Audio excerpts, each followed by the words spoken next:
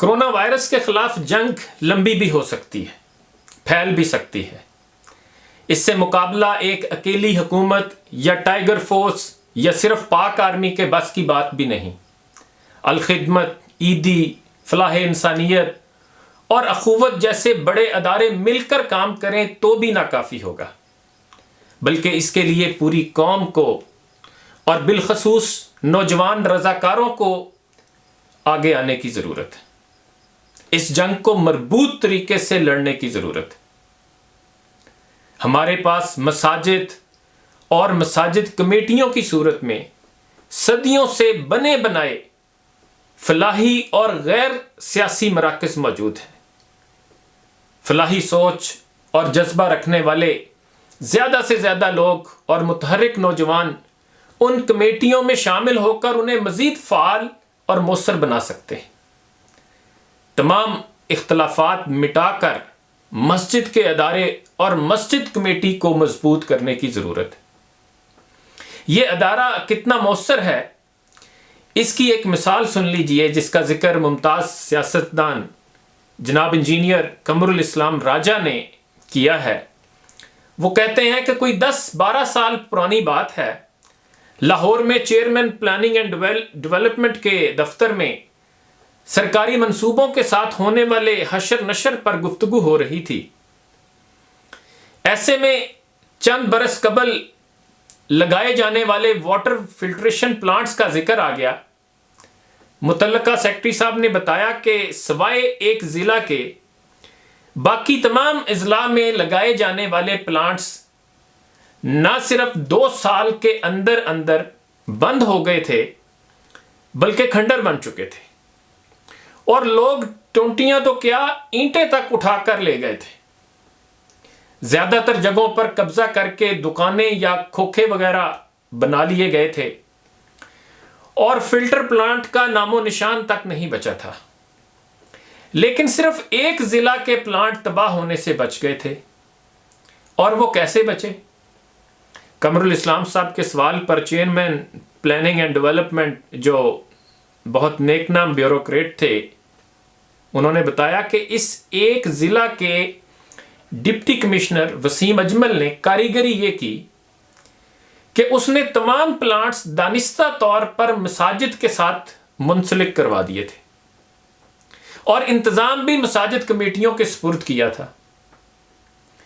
یہی وہ کاریگری تھی جس کی بنا پر ان پلانٹس کی اکثریت آج 15 برس بعد بھی چل رہی ہے۔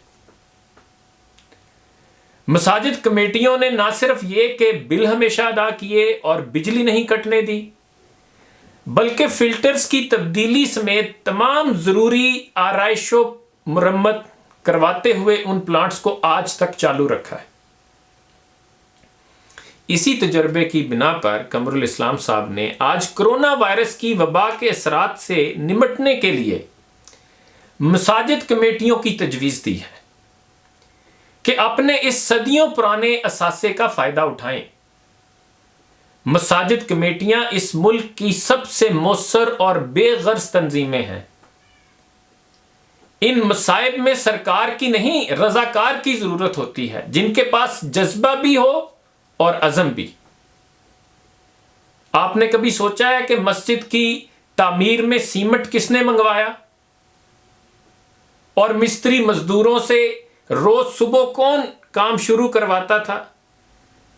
اور کون ان کی دیہڑیوں کا حساب رکھتا تھا؟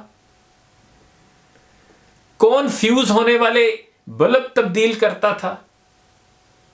اور مسجد کی ٹینکی میں ہر وقت پانی کیسے بھرا رہتا ہے؟ کبھی یہ بھی نہیں سوچا ہوگا کہ گھر کی موٹر تو روز جل جاتی ہے مگر مسجد کی موٹر ہمیشہ ٹھیک ہوتی ہے۔ جو فجر سے 1 گھنٹہ پہلے اٹھ کر مسجد کا گیزر اور لاؤڈ سپیکر آن کر سکتے ہیں، وہ انشاءاللہ اس دور ابتلا اور کرونا کے خلاف جنگ میں نہ کوئی غفلت کریں گے نہ خیانت۔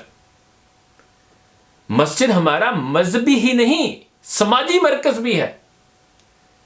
ہر مسجد میں ایک کمیٹی موجود ہے جس کے ارکان اس علاقے کے دیندار اور ذمہ دار ترین لوگ ہوتے ہیں۔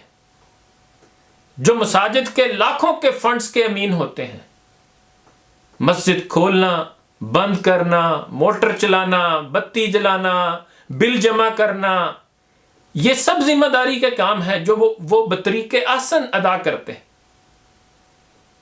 اگر غور کریں تو ان افراد کے پاس جذبے کے ساتھ ساتھ بھرپور وقت بھی ہوتا ہے، کیونکہ یہ عموماً ریٹائرڈ اور نسبتاً فارغ وقت رکھنے والے افراد ہوتے ہیں۔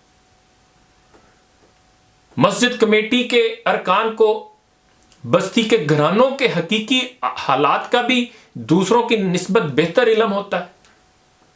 اس لیے میری درخواست ہے کہ ملک بھر کے درد رکھنے والے پاکستانی، بالخصوص نوجوان، اپنے علاقے کی مساجد کو مرکز بنائیں، کمیٹیاں بنائیں اور اپنے علاقے کے ضرورت مندوں کی مدد کے کام کا آغاز کریں۔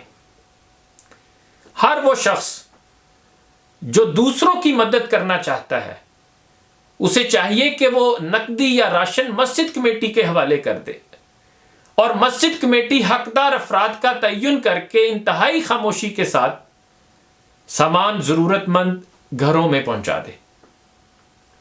معاشرے کے وہ تمام افراد، بالخصوص نوجوان، جو رضاکارانہ طور پر خدمات سر انجام دینا چاہیں، وہ اپنے سیاسی، نسلی، مسلکی اور لسانی تعصبات سے بالاتر ہو کر اپنی متعلقہ مساجد کی چھتری تلے آ جائیں اور دوسروں کے فون نمبر لے لیں، بلکہ یہ نمبر مساجد میں نمایاں جگہوں پر چسپاں کر دیں۔